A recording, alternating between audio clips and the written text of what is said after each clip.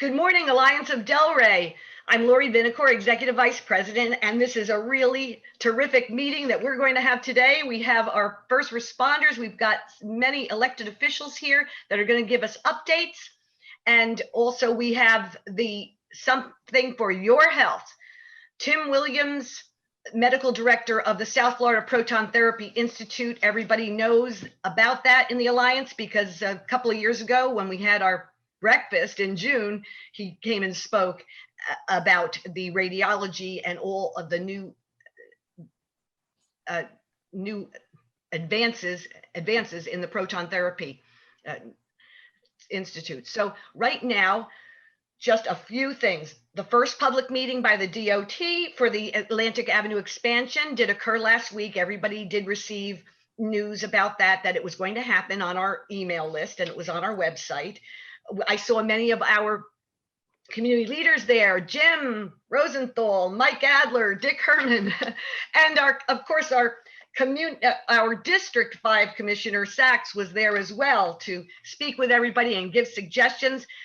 The Alliance Board has been busy this summer. Just a few things. We've been attending zoning meetings to support our communities. One community had height issues with a neighboring development that was proposed, and we persuaded the Board of County Commissioners to provide another month for the community and the developer to work on that. That's over on Sims Road. And also there is the proposed hospital in the agricultural reserve. We'll be attending that meeting as well. Because there are issues with that we need to have cleared up, and we'd like some information. We've requested that from our county commissioners. Eradication of graffiti.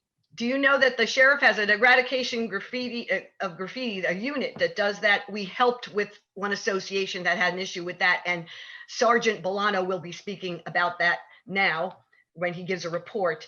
And also we helped some communities with some speeding and some timing light issues over on 441.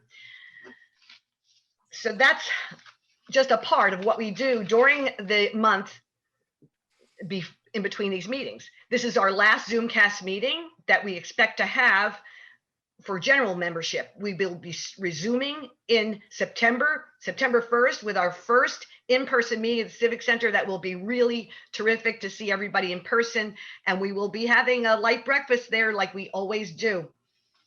But we'll still keep this ZOOMCAST going with possible special meetings during the year, and we'll let everybody know about that. Maybe board certification courses. We can get more activity, more people involved if we do have some of these ZOOMCAST meetings. We'll start with our first responders, and I'm going to spotlight Sergeant Bolano, who is giving us a presentation from District 4. Thank you for attending. Good morning. Thank you for having me. I'm very happy to be here. The Captain Sant, and Lieutenant Morales have some time off, so they've asked me to join the meeting this morning. So thank you for having me. Good morning to everybody. First thing I wanted to note, overall crime has decreased with regards to different types of burglaries, business, construction, residential, vehicle. They've all decreased substantially. So we're looking good in that aspect. Crime has also gone down in reference to thefts in our district and stolen vehicles. Everything is down, so it's a good indication. We did have one issue that Doctor and I spoke about along Sims Road, just south of Lake Ida. There were some graffiti incidents there. We do have a graffiti eradication unit, which comes out and cleans, gets rid of these graffiti incidents and makes the area obviously look better and clean as it's supposed to. So we did have some incidents recently. It was taken care of. However, it resurfaced in the same area. Our deputies were able to identify, they obtained very good information of possible suspect information, which would, as last I spoke to them this morning, actually seems like very substantial as far as identifying the person responsible for this.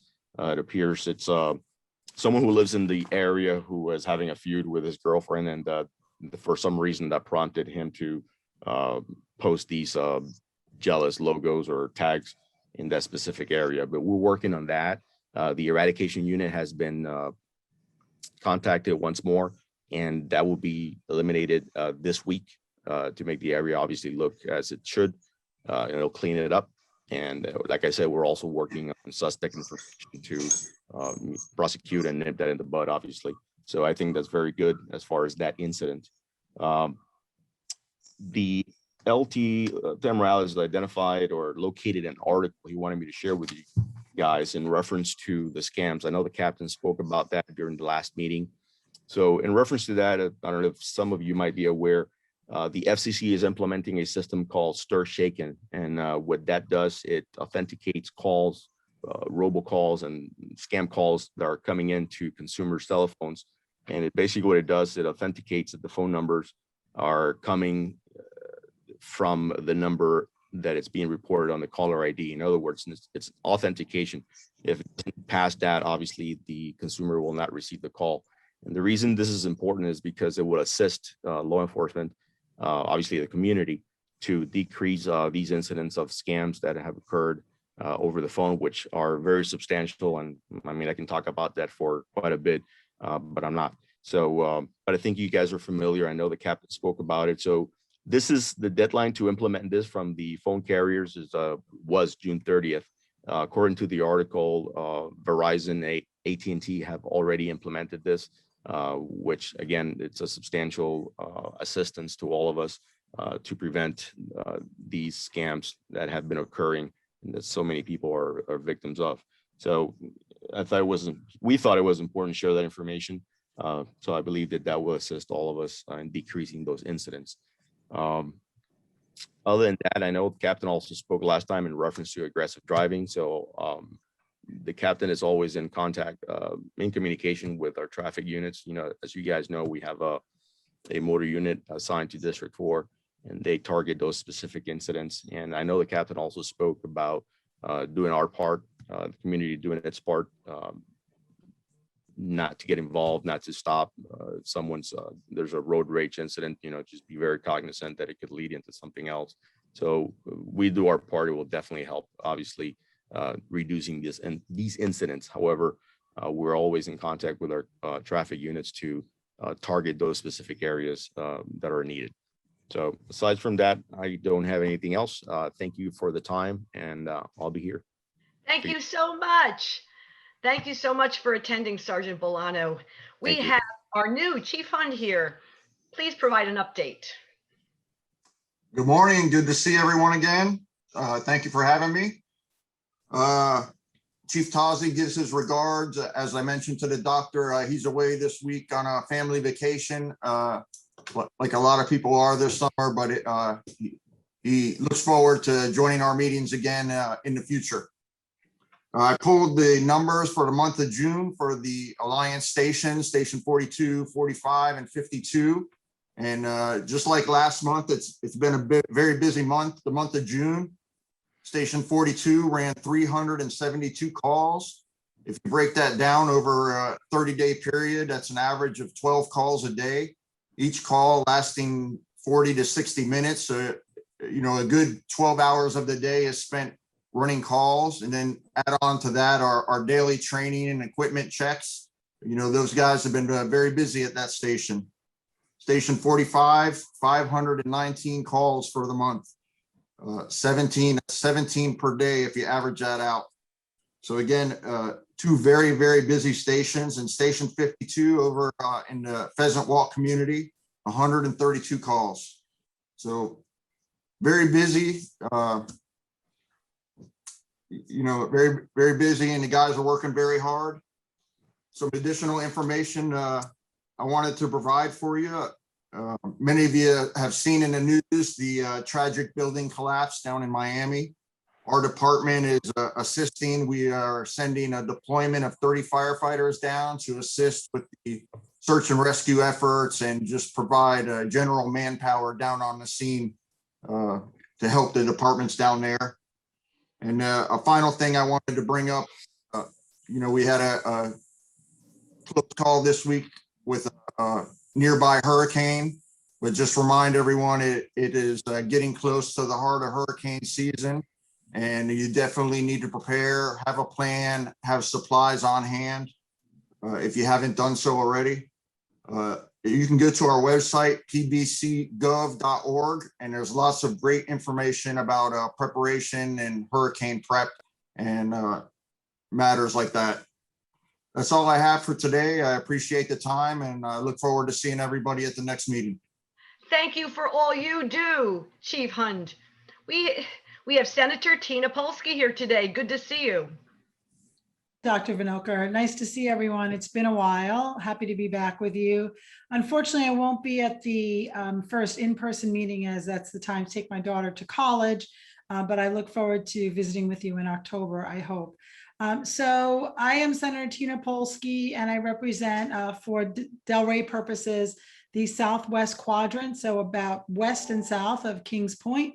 And that is the area of Delray that I represent. Of course, a lot other areas, all of Boca, Highland Beach, parts of Broward, Wellington, the Glades. So, very happy to represent this area. It was a really interesting, difficult session, very difficult because of COVID. We weren't able to have visitors, but we held a lot of Zoom meetings and there was Zoom testimony. Very difficult in terms of some of the legislation that was passed, but I know that my fellow legislators will discuss that at your next meeting in September. So I just wanted to highlight, a couple of things of what you may have heard about was going on. We finished the legislative session at the end of April, beginning of May, but we went back for a special session where we dealt with the gaming compact. You may have heard about that. The Seminole tribe is now set to increase their capability to add craps, roulette, and sports betting, which is what the part that got the most interest, but be aware that the federal government has to approve it, and there are currently lawsuits going on with respect to whether or not that violates the constitutional amendment that was passed in 2018. So that legislation will require some judicial review. There's quite a few other bills that are also under judicial review, and so it's going to be interesting to see what happens with all that. We did successfully pass $100 billion budget. And, there was, thankfully, the federal government stepped in and really helped out during the difficult COVID times. But our economy is doing well despite COVID. And, people are excited that the economy is opening back up. And just on that note, the final thing I'll say is this Delta variant is really serious. If you have not gotten your vaccine, please do so. The vaccine is very effective against the variant, but unless everyone's vaccinated, this virus will not die and it will continue to mutate, and there will be another variant. So if we want to really move on with our lives and put this behind us, we can't give the virus any place to land. So people need to get vaccinated. So I hope you can pass along that message to your associations. And I look forward to seeing you again in the future and in person. Thank you so much for having me. Thank you. And all this information will be passed on to everyone because it will be up on YouTube after the meeting. Thank you so much for attending today. We have two representatives here. We're going to go in alphabetical order. Skidmore comes before Schlossberg. So Representative Skidmore, good to see you. Good morning, Dr. Vinokur. Thank you so much for inviting us. Always great to see all of you and hear the updates. It's always a very informative meeting. So thanks for doing all the things you do for your communities. As Senator Polsky said, we had a very interesting session. For those of you who don't know, I represent House District 81, which is West Delray. It's west of the Turnpike. I also represent Boca, Boynton Beach, Lake Worth, and the Glades. So beautiful district that I'm proud to represent. The summer has been a good start to some downtime. Our legislative offices, as you know, are filled with full-time staff. So in my office in Boca Raton, I have Robert Mariaga and Dr. Gwen Gonzalez, and in Belglade, Dr. Robert Reese. So my staff is here to help at all times should any of your community residents need anything. I'd like to invite everyone to attend a district dialogue that we're hosting on July 12th at 6 p.m. via Zoom. And it's a dialogue on women's health. We have a really exciting group of women who will be talking about access and legislative priorities. We'll have Planned Parenthood, the Women's Foundation of Florida, the Healthcare District of Palm Beach County, and a certified psychologist and sex therapist. So a great panel, and I invite all of the Delray Alliance members to join us. You can find that information through our website, State Representative Kelly Skidmore, or by calling the office. So again, thank you for all of the updates and information on everything you're doing at a county, state, and federal level. You guys are amazing. Proud to be here, and looking forward to the September meeting. As you know, we start early this year. Session starts in January, so our committee meetings start in September as well. So we might be able to have a little preview or update on the legislative session during that first in-person meeting. Thanks, Dr. Vinokur. Thank you, Representative Skidmore. That's exactly the reason why we're having that meeting in September. And you are invited to our legislative roundup there. We're going to have the panel right on the stage of the Civic Center. And please, that July 12th meeting, please send the flyer out. We get that out on our email list, to our email list. Wow, we've got so much information today. This is great. Representative Schlossberg. Thank you, Lori. I'm Emily Schlossberg. I represent House District 91, which is Boca, Delray, and Boynton, between Military and the Turnpike. Always a pleasure to be here. Our office is on the corner of Hagen Ranch and Atlantic, open from 9 to 5, and it's so good to see a lot of the constituents starting to come and trickle back into the office. You don't have to make an appointment. You could just walk in. I have my staff, Ed Soul and Amy Chamberlain, who are here to assist at all times. A few things I want to talk about is July 1st, all laws that we just passed have become effective. It's the effective date of most of the legislation, except the gaming compact, which will be October 15th. One bill in particular of interest to you all would be the homestead exemption bill, that the documents for that don't need to be resubmitted annually. Now all you have to do it is once. So it's House Bill 597, and that was something of particular interest. Something that happened more recently regarding the Surfside collapse, the Speaker of the House sent us a memo that this upcoming legislative session, the committee Pandemics and Emergencies, which was focused on COVID-19 issues, will now be focusing in on the Surfside collapse. We don't have statewide regulation as it relates to inspections. I know Miami-Dade and Broward both had county ordinances for 40-year inspections. I believe the legislature, we're going to go back, we're going to address the issue of inspections, make some statewide floor, as opposed to, and at least just set the floor so that there's statewide regulation.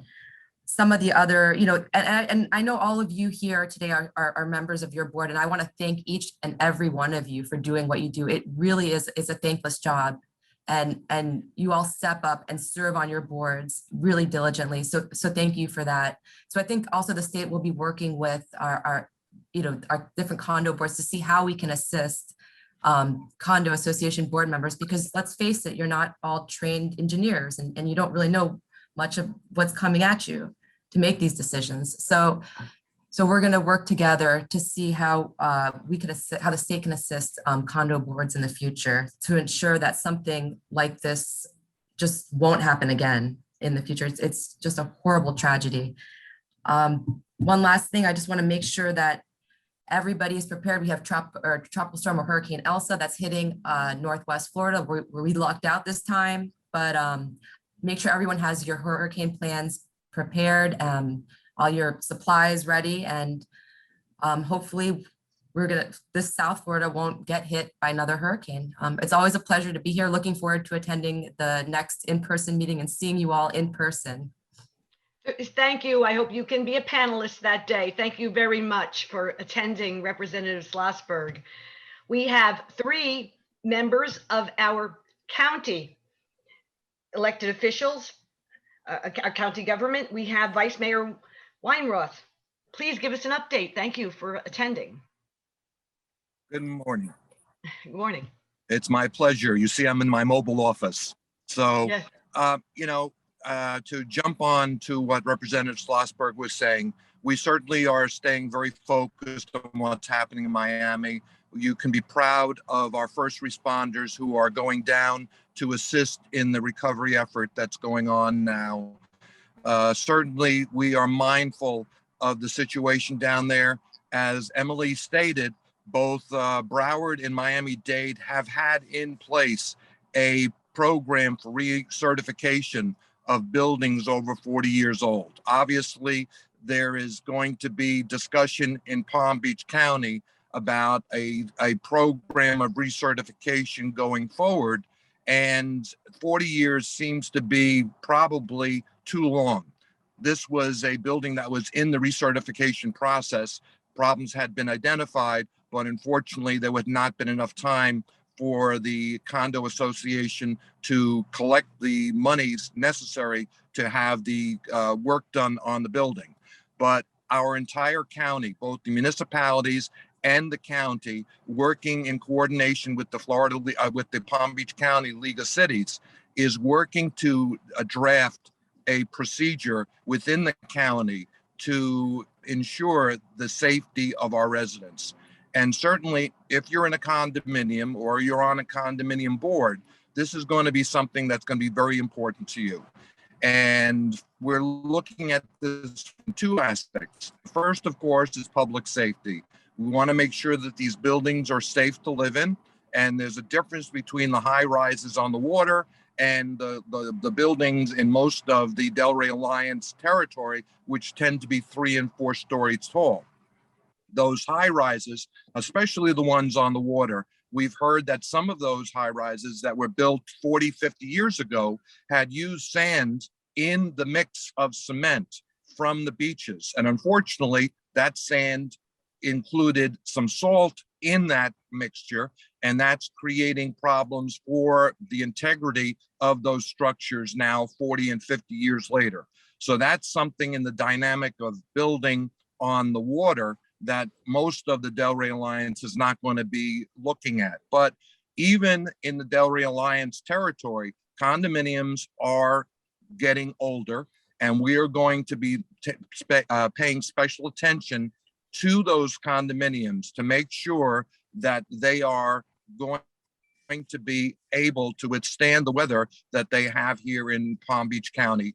And again, as Representative Schlossberg was saying, we have hurricanes here all the time. Since Andrew, the building standards have changed tremendously, and you're going to see the same type of reevaluation of our building codes going forward. But we are also mindful that as a condo board, you're going to be under tremendous pressure from your residents not to be putting in special assessments, especially special assessments that could be $10, $20, $30,000 in a year to try and deal with the kind of structural problems that might be identified during a recertification process. So we're going to do this carefully. We're not going to have a knee-jerk reaction. The county is going to be reporting to the Board of County Commissioners on the steps that we can take near term. We'll also look to our friends in Tallahassee to see what they are looking to do on a statewide basis. But of course, we all believe in home rule. So we would like to keep these regulations as close to home as possible. We certainly don't want to see differences between Boca and Delray and Boynton Beach and Lake Worth. But on the other hand, if we can come up with a unified set of procedures for the county, it will be effective and it will be helpful to the safety of our residents. We are working on a budget right now. The county administrator presented the first pass of the budget at our last meeting. Admittedly, it had some issues with it, and the board sent the county administrator back for some additional work on that budget. But I can tell you that the budget will not necessitate an increase in the millage. The board will be making a final decision on that on the 13th, and we will set the maximum millage. But I would be very surprised to see any pressure on changing the millage. So you can rest assured that that is not going to increase. What will increase, of course, is the value of your property. And the value of properties here in Palm Beach County have been really going up over the last 6 to 9 months. It's been a red hot real estate market. There's a lack of supply, which is driving up prices. But the good news for people who have homestead is that the taxable value of your home will only go up 1.4%. The maximum allowed by the statute is 3%, but last year, the cost of living only went up 1.4%. So that is going to be the cap of your taxable value increase next year.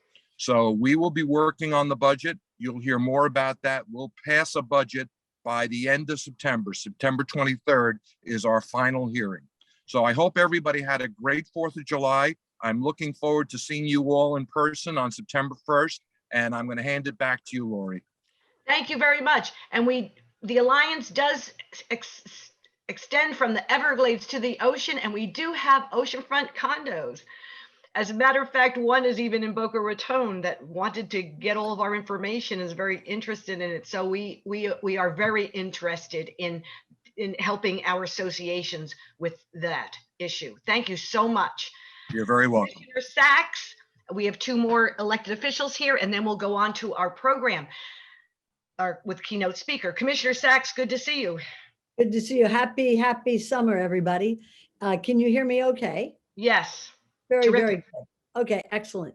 Well, I'm Maria Sachs. I'm your county commissioner, and a couple of things, and I'll make this brief because as always, Dr. Vinegar has a very powerful package today for everybody to hear. And so first of all, I want to thank our first responders for moving down into Miami-Dade and helping the people of Surfside. It was a tough project for them to do, but they responded as soon as they got the call. And we in Palm Beach County should be so proud of our first responders. Secondly, I want you to know that as soon as this occurred at Surfside, I researched the law and found out that only Miami-Dade and Broward counties have a particular recertification program for condos over 40. So I reached out to our administrator and to our commissioners to formulate and draft a recertification program that is particular to Palm Beach County. Because even though the sand is the same between Broward and Palm Beach, when you come to our condos on the ocean, still we are Palm Beach County. We also have an island called Palm Beach, the village of Palm Beach, which is built right on the ocean, and as well as the intercoastal. We have some beautiful condos all along our coast. Especially those here that is represented by the Alliance. So if you have any ideas, please send them to your county commissioner, send them to Dr. Vinegar, and she'll forward them to us. Just news out this morning, the Florida Bar is putting together a task force of lawyers who are specialized in these engineering and structural and construction defects, condo lawyers to work on what we can put together to protect our people. And I can imagine that our good representatives and senators will be working on a statewide law. I personally would like to see Palm Beach County have our own first, and then the rest of the state can follow suit. Let me just tell you a couple of things about what's going on from my perspective, working with your Vice President, Dr. Vinegar. Dr. Vinegar is on our elite team for for the Development Cultural Reserve. She has been very active in that and very vocal. So if you have any suggestions on how you would like to see the Ag Reserve develop, please send that to her, or always you can send it to me. She is a very good advocate for the people of the Ag Reserve. There was a survey that was sent out to the Alliance for you to fill out in terms of what you would like to see. If you did not get that survey, please contact me at my office or contact Dr. Vinegar. We will make sure that you get it. This afternoon, I'm going over to the West Delray Park. We have a beautiful park, at least it's a beautiful land with a lake west of 441 on Atlantic Avenue. I invite all of you to take a drive. And when you take Atlantic Avenue, past 441, you're in God's country, as Dr. Vinegar calls it. Just keep going. And you will end up in a beautiful area that's designated the West Delray Park. I'm going there this afternoon with the head of the parks, county parks. We're going to take a look at it and see what we can do to develop it so that it is as beautiful as any of our county parks. I also want you to know that Dr. Vinegar was present at the FDOT local meeting here at Hagen Ranch Road Library when we discussed how we were going to widen Atlantic Avenue. Now, I want you to know that we are all proponents of protected bike lanes and protected pedestrian walkways. If this is something that you have any interest in, or if you come from an area, I know in parts of New Jersey, they have medians that segregate the walkways, pedestrian walkways, and the bicycle lanes from vehicular traffic. If this is something you want to get involved in, we are building our community now.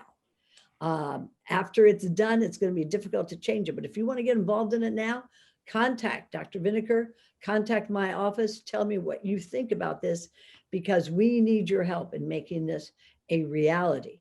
And so with that, I want to thank all of you for always being so supportive. I care a lot about you. I don't care if you're in my district or not. If you have any issues, contact me, contact my office, contact Dr. Vinegar. And I look forward to giving everybody a big hug come September, and we're all here together. Thank you so much. Let's all stay safe this summer. We got August off, and I look forward to giving everybody a big hug come September. Thank you so much. Thank you, Dr. Vinegar. Thank you, Commissioner Sachs. And I'm thinking about taking a drive out to the West Delray Regional Park this afternoon. Good. I'll let you have that meeting with Eric Cole yourself. Okay, we know, because you already know what we need out there, and so does Eric Cole. Great. We're going to have our final elected official here from Palm Beach County before our keynote speaker. Thank you for coming, Vice Chair School Board Brill. Thank you so much, Dr. Vinegar, and please forgive my casual attire, but today I am starting my staycation in the state of Florida for the next several days. Much needed rest after last month shaking thousands of hands and actually bumping thousands of hands at graduation. So school is starting very early this year. We are starting with our teachers August 4th, and on August 10th, our students come back. And needless to say, emotions are running rampant. Right now, we have two groups of parents and teachers who have been lobbying us, some that want face masks in the classroom, some that don't want face masks in the classroom, do not want it optional. A lot of the parents are also concerned that their children under age 12 cannot be vaccinated yet. So both groups have been coming to our meetings. Our meetings have been extremely long recently. What I've done is the past couple of weeks, I've been meeting with both groups, trying to mediate and find a balance of suggestions that we can use in our classrooms. So some of the things we've come up with, which we are exploring and which I've asked for follow-up on, are portable HEPA filters that can be placed in the classrooms. Eating outdoors, allowing our students to eat outside. So those two items are now in the works. Also, the groups that want masking have asked to have separate classrooms for students with masks. That's just not feasible. We don't have enough teachers. In some classes, in some schools, there's only one classroom for a particular grade or a gifted class. So what we've come up with is the possibility for those students who are wearing masks to be grouped together in the classroom so that those parents will not be as nervous about their children being with children that aren't masked. So it is, as I'm a mama bear myself, advocating for my children, I know how important these issues are to our families. So hopefully we will have everything nice and peaceful in place in September when I come to see you again. But just know that, we care very deeply about the community. And I thank all of you who have come to me to ask about volunteering and also to ask about becoming substitute teachers. We are exploring getting more people in the schools to help us. And so with that, I will tell you that I look forward to seeing you in September. See you in September. There's a song there, right? Yes, yes. Okay. See you in Take care, September. everybody. Thank you so much for attending, and it's great to get the school board update. Thank you, thank you. We have Dr. Tim Williams today. This is really fantastic because the South Florida Proton Therapy Institute is Palm Beach County's tremendous new resource in the fight against cancer. And Dr. Tim Williams is the director, and everybody knows him because he's been to our breakfast 2 years ago, and we heard a wonderful presentation then. Now we're going to see some updates and an overview of the South Florida Proton Therapy Institute. You can go ahead, Dr. Williams, good to see you, and you can share your screen at any time. Thank you, Dr. Beneker. Core performance for me. I last made a presentation to this group on June of 2019. It's hard to imagine the world having changed so much in 2 years, but this was about 6 months before COVID and about 4 months before we started treating with the protons in our office. And so the only thing that's changed, from the standpoint of the introduction is just the date. We're still happy to present to you guys, for the Alliance, and happy to catch up with you guys about what we're doing for the Proton Center. So I think we're a little late for that. So, so anyway, I always like to show this slide. This was 1982 when the Delray Medical Center first opened their doors, to the public to provide healthcare services. And you have to imagine somebody out there in the parking lot looking around saying, how come they built this thing so far out west?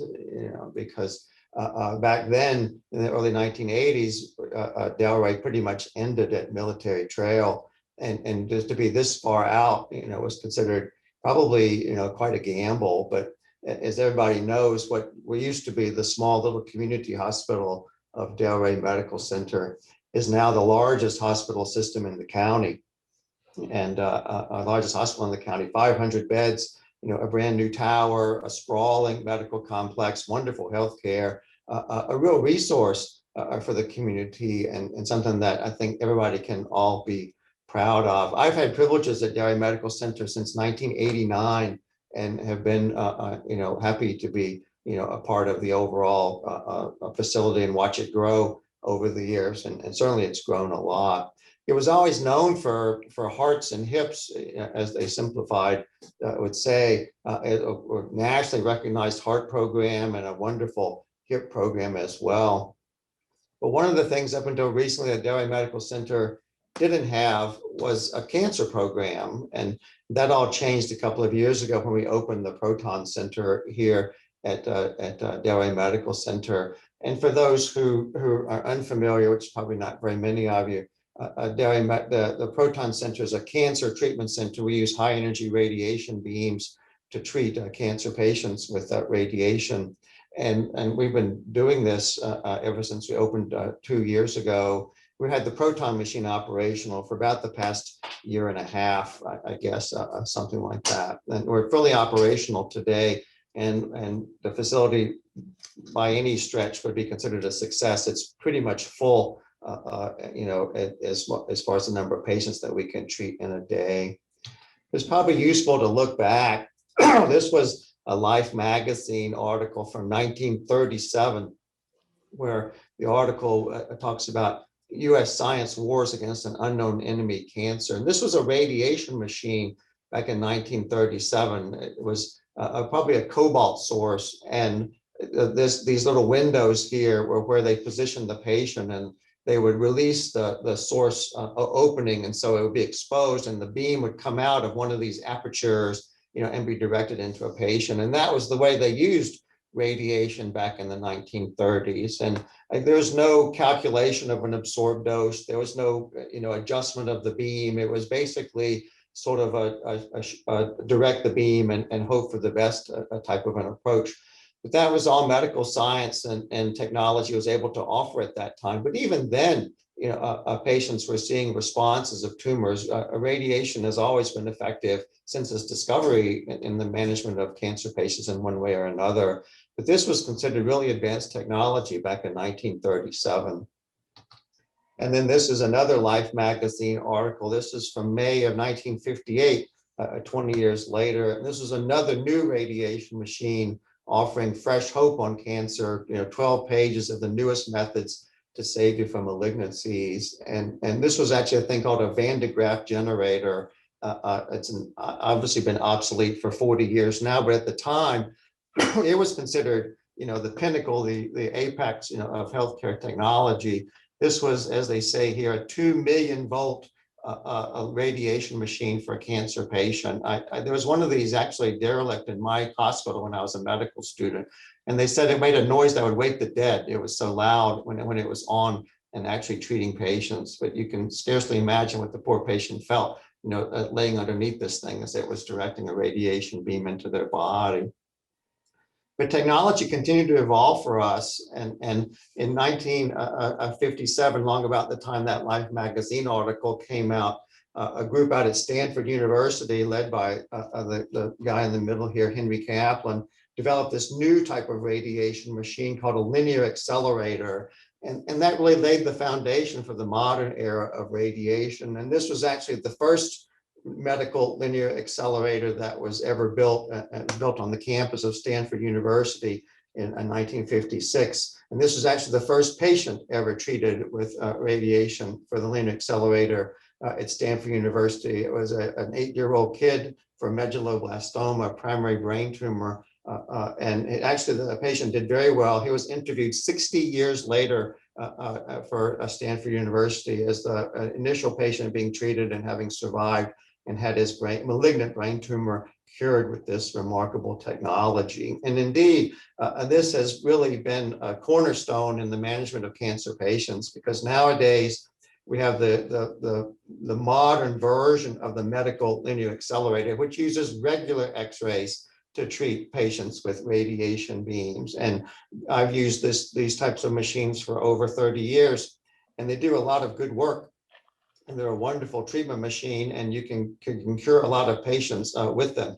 But they have a weakness, an Achilles heel, that I'll talk to you about here in just a second. But it's worthwhile, while we're considering this modern era of radiation and the treatment machines that we use every day, another technology that came along through the 20th century. And that was this thing here called a cyclotron. And it was invented by this gentleman here. It was Ernest Lawrence, he of the eponymous Lawrence Livermore Lab out in California. In 1937, he won the Nobel Prize for inventing this device. And it was a way of making a high energy proton beam instead of an X-ray beam, and being able to measure it and slam it into other things and find out what it does when it goes really fast. This cyclotron was a physics tool for probably the first 40, 50 years of its existence, but then it became reasonable in some circumstances to use it in an oncology setting. And that's where the machine finds its best use today, and indeed its best use in the Delray Beach area. As this technology, the technology of the cyclotron evolved, it got to the point where they were available for procurement and for deployment in mostly academic settings. And so that leads us to here in Delray Beach. We have Delray Medical Center behind us here, and this is the big hole in the ground that we dug 3 years ago to put the cyclotron in to be able to treat cancer patients with proton beams here at Delray Medical Center. And so this was actually our device. This was taken in Germany. These things are manufactured, the ones that we have anyway, are manufactured in Germany. You may not be able to read it here, but it says C16 Delray, Florida. This was our devices that was after it's being manufactured and set up, to be shipped over here. This was 2018 when the engineers were finishing up on the device itself. So we got the machine, we shipped it across the ocean from Hamburg, Germany to Brunswick, Georgia. Then they put it on a truck, which is 200 feet long here. The thing weighs 100 tons and can only be transported as a unit. It doesn't break down or disassemble into anything smaller than what fits in that box there. And so they take that and they put it on the end of a truck that has 21 axles, and they haul it from Brunswick, Georgia down to Delray Beach, Florida. And it takes an enormous amount of paperwork to be able to ship one of these things. The Department of Transportation of state of Georgia, the DOT of the state of Florida, all the police people have to be notified. It's transported in the middle of the night. They have to be careful carrying it over a bridge to make sure it doesn't collapse the bridge because it's so heavy. It took it 4 days to bring it from Brunswick, Georgia, down to Delray Beach, Florida. They came down 95. They shifted over to the turnpike, at Jupiter. They got off on Atlantic Avenue. They drove it down Atlantic Avenue, shoehorned it down Jog Road to Linton Boulevard. And then they somehow managed to get it all the way back to the backside of Delray Medical Center, where they lifted it up off of its cradle, and they lowered it in the vault here, the building, to be able to treat patients. The thing is too big to fit in the door, so the only way to get it in is to lift it over the top and then lower it down into the facility itself, and then put concrete beams on top of it to seal it, in its treatment vault. It took them almost a year from the time that we put it in to the time that we were able to treat patients, because it's such a complicated machine to set up and to wire and to adjust and calibrate and to develop a clinical tool. This is what it looks like for the patient. They don't see any of the cyclotron or the beam steering or the gantry or anything. The patients lay on the table here, and this machine, this is the aperture, rotates around to treat patients from one side or another. We have complete freedom as far as the direction that we need to adjust the beam to go in any angle that we want. So that's actually a very useful tool, and protons are a wonderful machine to treat with cancer patients. And here's why. If we go back for a second and think about our regular accelerator that uses X-rays to treat patients, and there's nothing wrong with this. I used it for 35 years, before we had access to the proton machine. When you use X-rays, you have something that looks like this. You can see the CT scan under the panel A. This is a cross section of a patient, and for this particular patient, we wanted to treat his spinal cord, and the area on the bottom of panel A is where his spinal cord is. You have a beam from the front and a beam from the back, and the red area represents sort of the hot zone, and this is the area of the X-rays where the body is experiencing exposure and energy from the X-rays as the beam goes in and goes all the way through the patient and then goes to the other side. And obviously there's a lot of unnecessary exposure into the abdomen if all you're trying to do is just treat the lower part, where the bones are.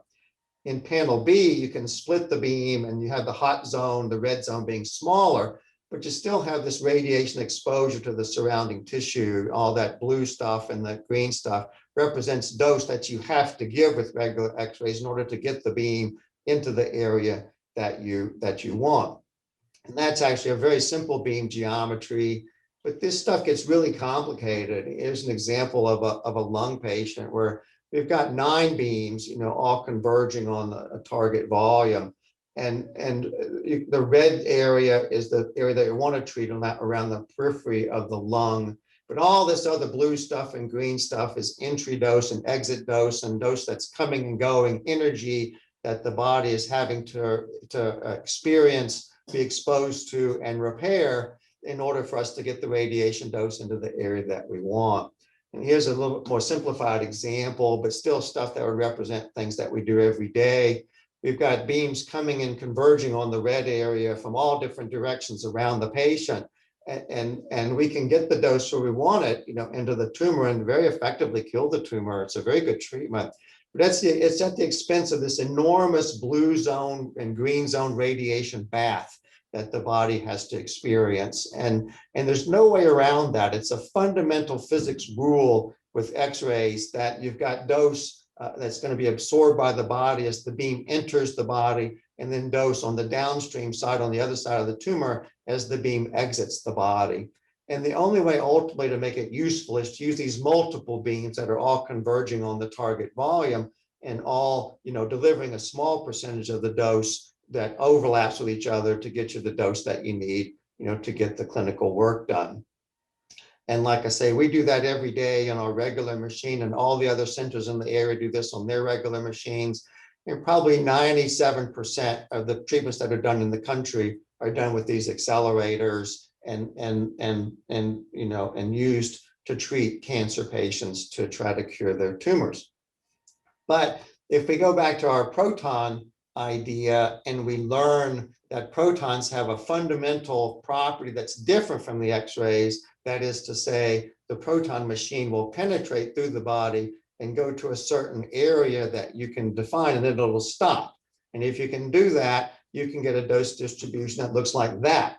So now, instead of this enormous radiation bath surrounding all this tissue, you just have the area in the middle there where you've got the dose absorption. You've got complete sparing of all the normal tissues. And that's a tremendously advantageous property that you can capitalize on and use to treat patients effectively with higher control rates and much less side effects. And this is an example of a prostate patient where we've got a wonderful coverage and complete sparing of the surrounding normal tissue. The proton therapy can be very specific. This is another example where we've got, it's another prostate patient, but this patient's already had radiation in the past. He's had full course radiation in the past, and now we're asked to treat a smaller area a second time, to another full dose of radiation to try to kill a small area of recurrence. And there's no way to do that without the proton machine, because you can focus the dose just on that small area where you see the green and the blue and spare all the surrounding normal tissue, including the rectum, which is right underneath the green area, and keep the dose constrained to where it needs to be and protect all the surrounding normal tissues. And this actually isn't the limit of resolution of the proton machine. We could treat a volume, perhaps maybe a fourth the size of this volume accurately if we needed to treat a small area and protect surrounding normal tissues. A wonderful machine. I have another couple examples before we wind it up. This is an example of, these are all patients that we treated in the office over the last 18 months. Here's an example of a patient who had previously received 2 courses of radiation, one back in 1997, believe it or not, down at Holy Cross. And then I treated him a second time 10 years ago with a radioactive implant. And then he gets another recurrence down in his pelvis. And so we use the protons to treat just the area that we need and spare all the surrounding already heavily scarred normal tissue to try to get the area under control. And if we can't control that area, he's got a ton of problems he's going to have to endure, not the least of which is going to be severe pain. So by being able to use this proton machine, protect the normal tissue, give us a second shot or a third shot at the area that's previously seen radiation exposure, it allows a whole new areas of treatment possibilities. Here's an example of a patient with a soft tissue mass in his abdomen, in the tissue around his abdomen. You could treat this area with the proton machines, and that patient has no side effects whatsoever. There's no dose exposure into the abdominal cavity. There's no dose exposure to the skin. The only area that sees the dose is the tumor volume itself. So you can give an entire course of treatment, the patient come and go, you can control the tumor, and the patient will be essentially side effect free from it. And we also use it, in lung cancer patients. Here's a patient, very compromised lungs. You can see the smaller black area on the right side there. He's already had a resection of about half of his lung before, so he's compromised from that standpoint. He's got a lot of emphysema on the other side, a lot of breakdown of his normal lung.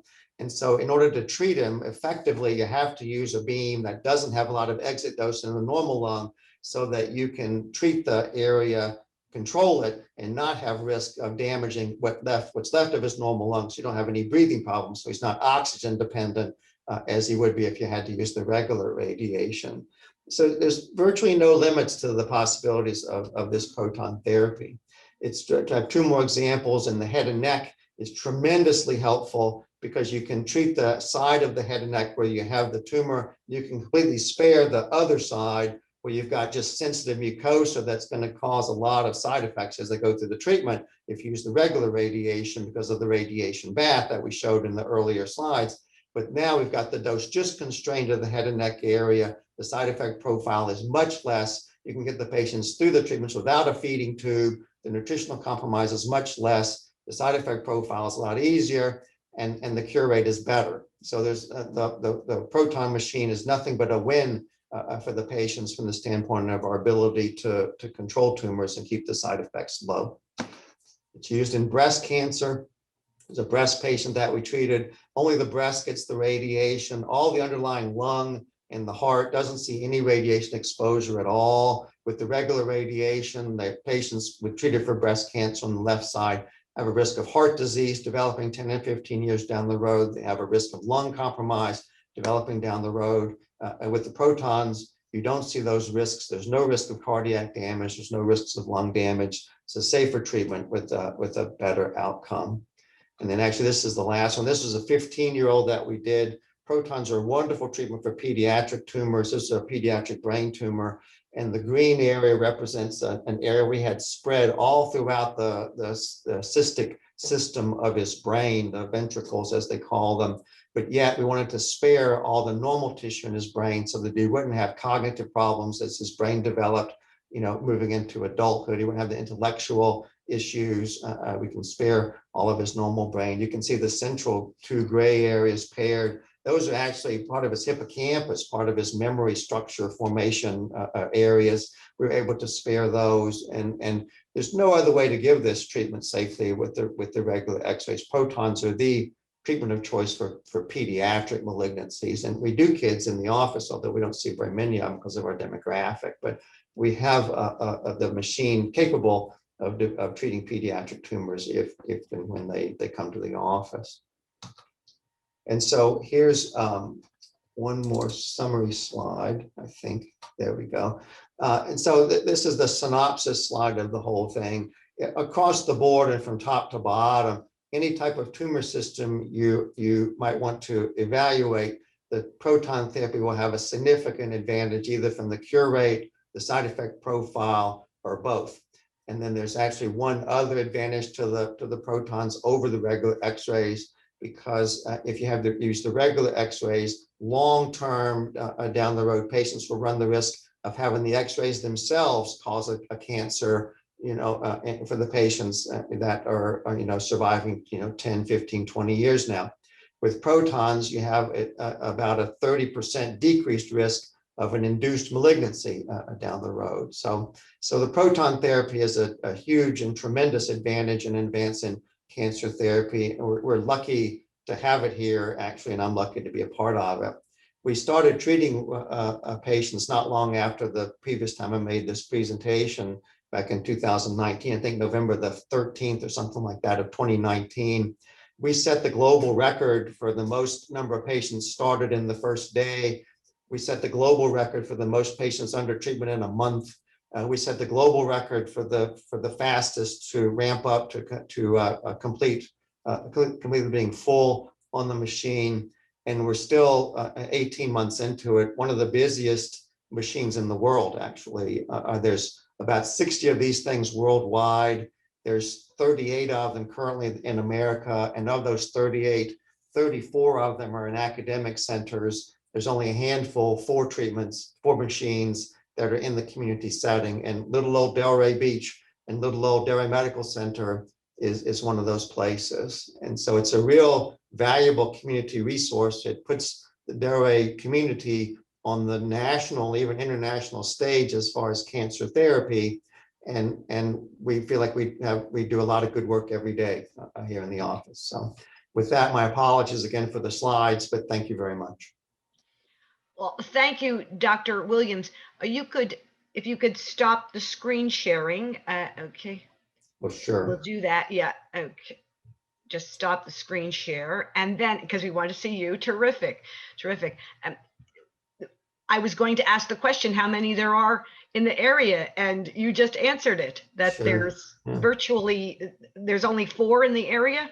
There's 6 in Florida, actually. There's Baptist down in Kendall has one.